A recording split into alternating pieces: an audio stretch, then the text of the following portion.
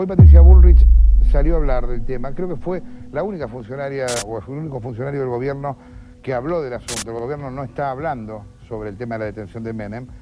Y dijo textualmente: yo ya he dicho que si hay algo que caracterizó los 10 años del expresidente Menem, es una falta absoluta de ética. Esto lo sabe el pueblo argentino y estas cosas no pueden pasar por la historia como si nada. Te pido del Pozo, por favor, que muestres los afiches que tenemos ahí en la pared. ¿Esa no es Patricia Bullrich?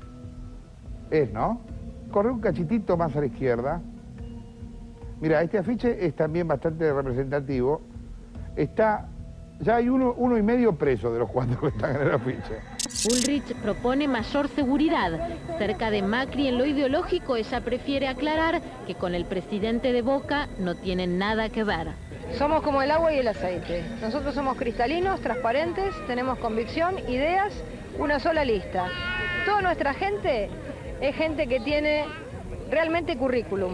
Gente que Patricia Bullrich es quizás una de las personas más ignorantes de la política argentina y a su vez una de las personas con más historia dentro y fuera de la política argentina. Y es que no podés no tener historia cuando formaste parte de la Juventud Peronista, Montoneros, el gobierno de la Alianza, el PRO y la Libertad Avanza, cuando fuiste diputada, ministra de Seguridad 2 veces, ministra de Seguridad Social, candidata a presidente, senadora, y cuando tu marido, Guillermo Yanco o Yankovich, es el primer agente de la Mossad en la Argentina, algo de lo que vamos a hablar más adelante. El 16 de enero de 1959, Patricia Bullrich, de apenas 2 años de edad, se encontraba en los brazos de su madre, acompañada de otros familiares, quienes esperaban el arribo del vuelo 205 de Austral Líneas Aéreas con destino a Mar del Plata, donde la familia Bullrich y Luro Pueyrredón veraneaban todos los años. En aquel avión venía su abuelo materno, su tío, la esposa del tío y su pequeño primo de apenas 6 meses de edad.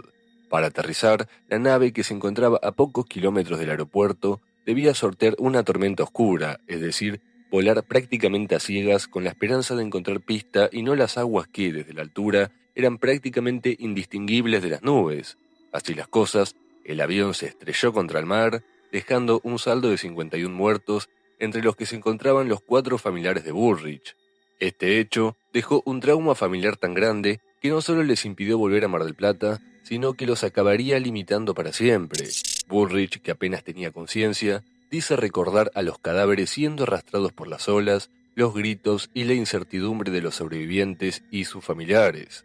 Con esta historia, no pretendo generar ningún tipo de empatía hacia Bullrich, aunque lo natural es ser empático ante estas tragedias, ni justificar sus acciones y decisiones a lo largo de su vida, sino poner de manifiesto una experiencia para aquellos que tienden a escarbar en el pasado de ciertas personas para encontrar patrones o vivencias que terminan configurando un arquetipo, personalidad o modelo.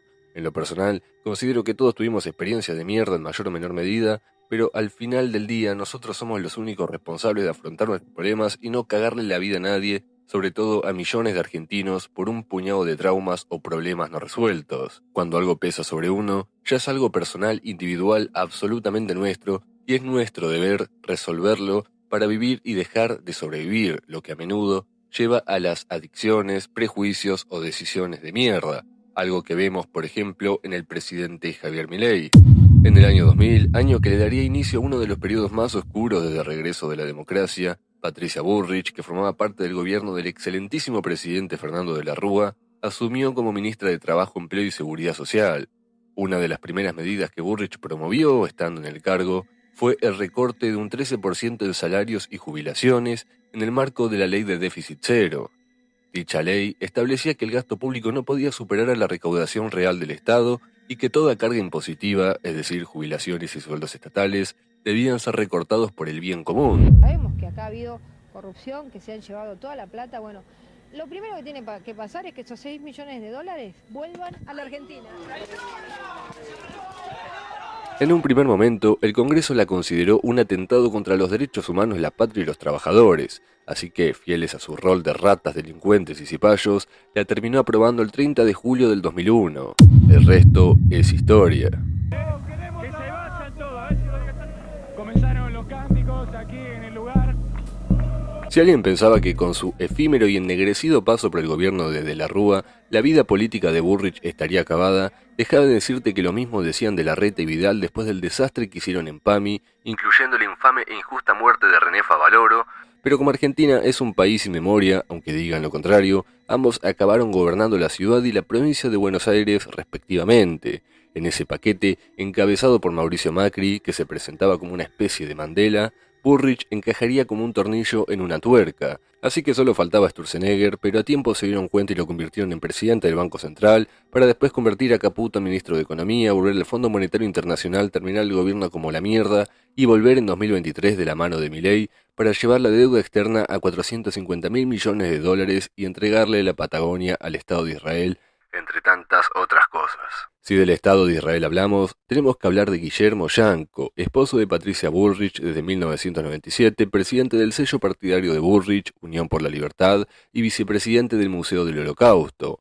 Yanco es la mano derecha de Claudia Bruch, mano derecha del banquero Rubén Beraja, expresidente de la DAIA y uno de los pocos acusados con pruebas del atentado a la AMIA. A Bruch también fue socio de Alfredo Fino Palacios, otro acusado de encubrimiento en la causa AMIA, quien fue el nexo con Mauricio Macri en 2015 y que accedió ya en su gobierno al cargo de jefe de la Policía Metropolitana por recomendación de la Mossad. Inteligencia mejor el mundo, tipo el Mossad.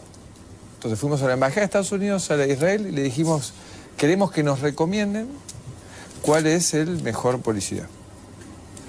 Y los dos, sin hablar entre ellos, dijeron el señor Palacios.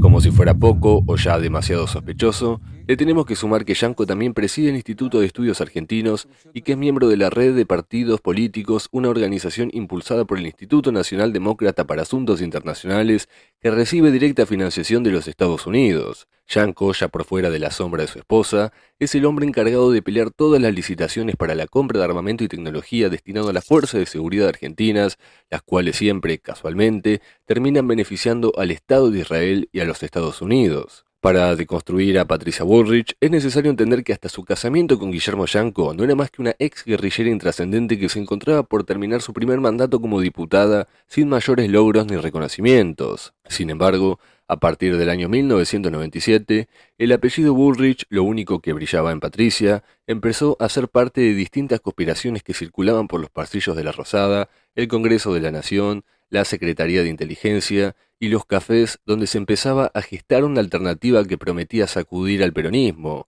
Fue precisamente en ese año, a finales de 1997, donde Bullrich diría que por el ofrecimiento de una coima se alejaría para siempre del peronismo, como si en 30 años de militancia no hubiese visto cosas peores. Pero bueno, la honestidad. En definitiva, Patricia Bullrich, que estuvo con todas las alas y las aletas, siempre sobrevivió a sus fracasos. Si hoy nos diéramos a la tarea de pensar en un solo triunfo proyecto destacable de Bullrich individualmente, probablemente no se nos venga nada a la cabeza, ya que en todos sus cargos, cuando no dejó mucho que desear, dejó verdaderos desastres. Lo que sin dudas no es una coincidencia es que su ascenso y permanencia política estén estrechamente relacionados con la ya no tan discreta figura de su marido, quien se dedica a hacer exactamente lo mismo que su esposa desde las sombras, es decir, estar en todos lados, en todos los partidos y en todas las negociaciones que solo tienen dos principios, el dinero y la entrega de nuestros recursos y soberanía al sionismo internacional.